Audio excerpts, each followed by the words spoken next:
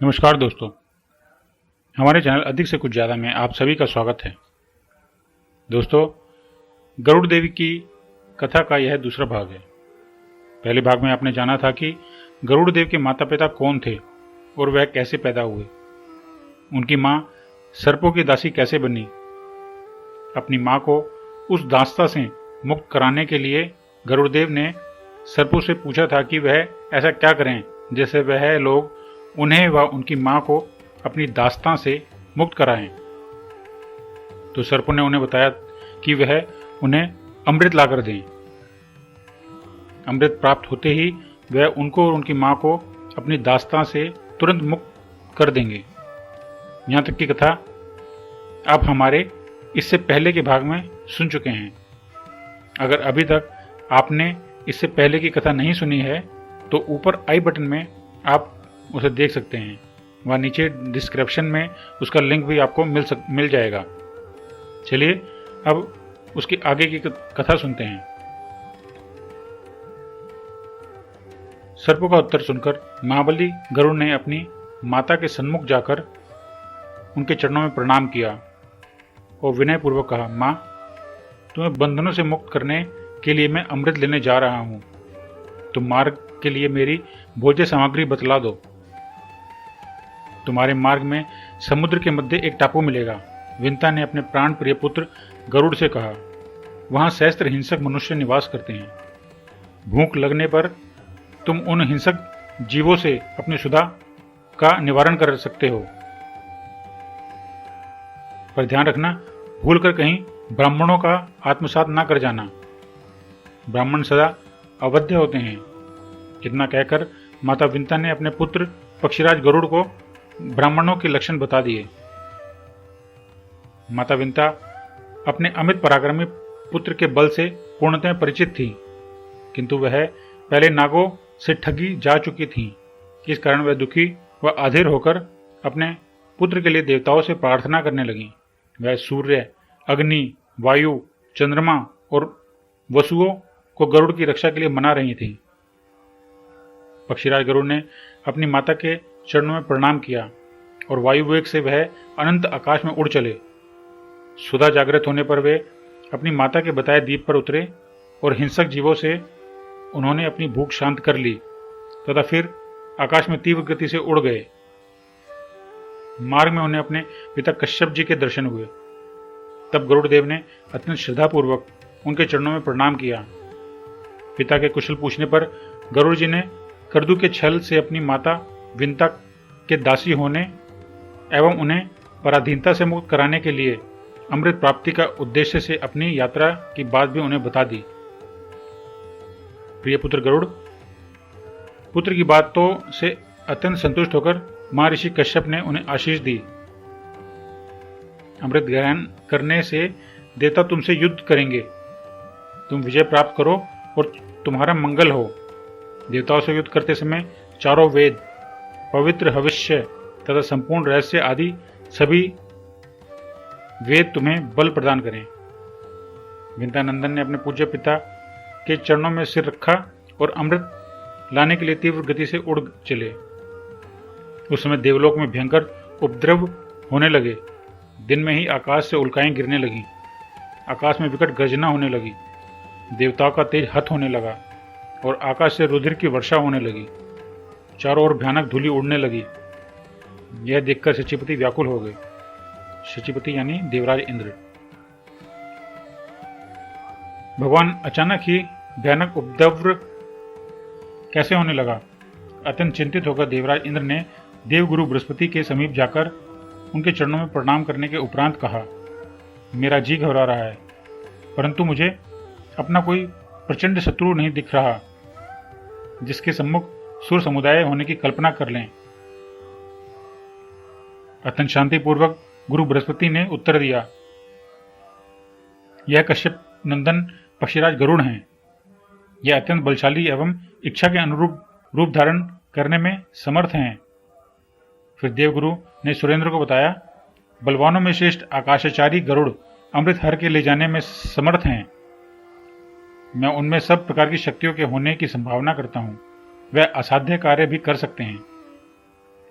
बृहस्पति जी के वचन सुनकर देवेंद्र देवताओं के समीप पहुंचे और उन्होंने उन्हें सावधान करते हुए कहा, बृहस्पति जी ने बताया है कि अतुल बलशाली यहाँ अमृत हरण करने के लिए आ रहे हैं, अतः आप लोग अपने अपने शस्त्र ले सजग हो जाएं।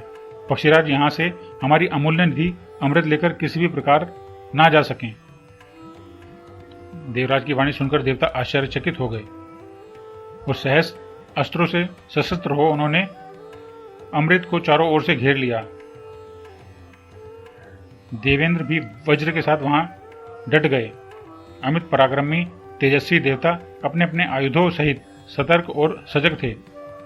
अग्नि के तुल्य तेजस्वी एवं परम पराक्रमी विश्वकर्मा जी अमृत रक्षा में तत्पर थे। उसी समय विंतानंदन गरुड़ जी वहां पहुंचे। उन्हें देखकर एक बार तो देवता चकित हो गए, किंतु दूसरे क्षण उन्होंने उन पर अपने अस्त्र शस्त्रों की वर्षा प्रारंभ कर दी। अतुल बलशाली पक्षीराज गरुड़ ने अपने भयानक पंखों एवं वज्र जैसी चोंच के तीक्ष्ण प्रहारों से देवताओं को व्याकुल एवं अधीर कर दिया। विश्वकर्मा मृत प्राय हो गए। साथ ही गरुड़ देव ने अपने विशाल पंखों से इतनी धूलि उड़ाई कि देवलोक में दिन में ही रात्रि की भयानक अंधकार छा गया। देवताओं की आंखें धूलि कणों से भर गईं। वे कुछ भी देखने में समर्थ नहीं रहे। इंद्रदेव के आदेश से वायुदेव ने धूलि को हटाकर देवताओं की विपत्ति दूर की और उन लोगों ने पुनः गरुड़ जी पर आक्रमण कर दिया। गरुड़ जी अत्यंत कुपित होकर आकाश में बड़ी ऊंचाई पर जाकर देवताओं को देखने लगे। देवता अपने अपने अस्त्र शस्त्र से उन पर प्रहार करते ही जा रहे थे। गरुड़ जी के प्रचंड आक्रमण को वह सह नहीं सके। गरुड़ के पंखों एवं वक्ष के धक्के से देवता मरणसन हो गए। उनके नखों और चोंच से घायल होकर देवताओं के अंग प्रत्यंग से रक्त बहने लगा। फिर तो गंधर्व, वसु, रुद्रगण, आदित्य और अश्विनी कुमार आदि सभी गरुड़ की ओर देखते हुए अपने अपने प्राण बचा पूर्व, दक्षिण, पश्चिम और उत्तर दिशा की ओर भागे। इसके अनंतर अत्यंत उत्साही और बलवान वीर अश्वक्रंद, रेणुक, शूरवीर क्रथन, तपन, उलूक, श्वसन, निमेश, प्रारुज और पुलिन, इन 9 यक्षों ने एक साथ ही गरुड़ जी पर आक्रमण कर दिया। पर वह कुछ ही देर में उनके असन्नह प्रत्यक्रमण से रक्त वमन करते हुए मृत्यु मुख में प्रविष्ट हो गए। देवताओं, गंधर्वों, यक्षादि को पराजित कर जब गरुड़ जी अमृत लेने के लिए बढ़े, तब उन्होंने वहां उसके चारों ओर भयानक अग्नि देखी। अग्नि की भयंकर लपटें आकाश से अत्यधिक ऊंचाई तक उठ रही थीं। तब परम बुद्धिमान गरुड़ जी ने अपने शरीर से 8100 मुख प्रकट कर लिए और उनके द्वारा नदियों का जल पीकर तुरंत लौट आए तथा उस जल को अग्नि पर उड़ेल कर उसे बुझा दिया। इसके बाद उन्होंने देखा अमृत के निकट एक ऐसा लोहा चक्र घूम रहा है जिसमें अत्यंत तीक्ष्ण धार वाले छुरे लगे हैं। उन्होंने सोचा कि उसके समीप जाते ही उनके अंगों के टुकड़े हो जाएंगे।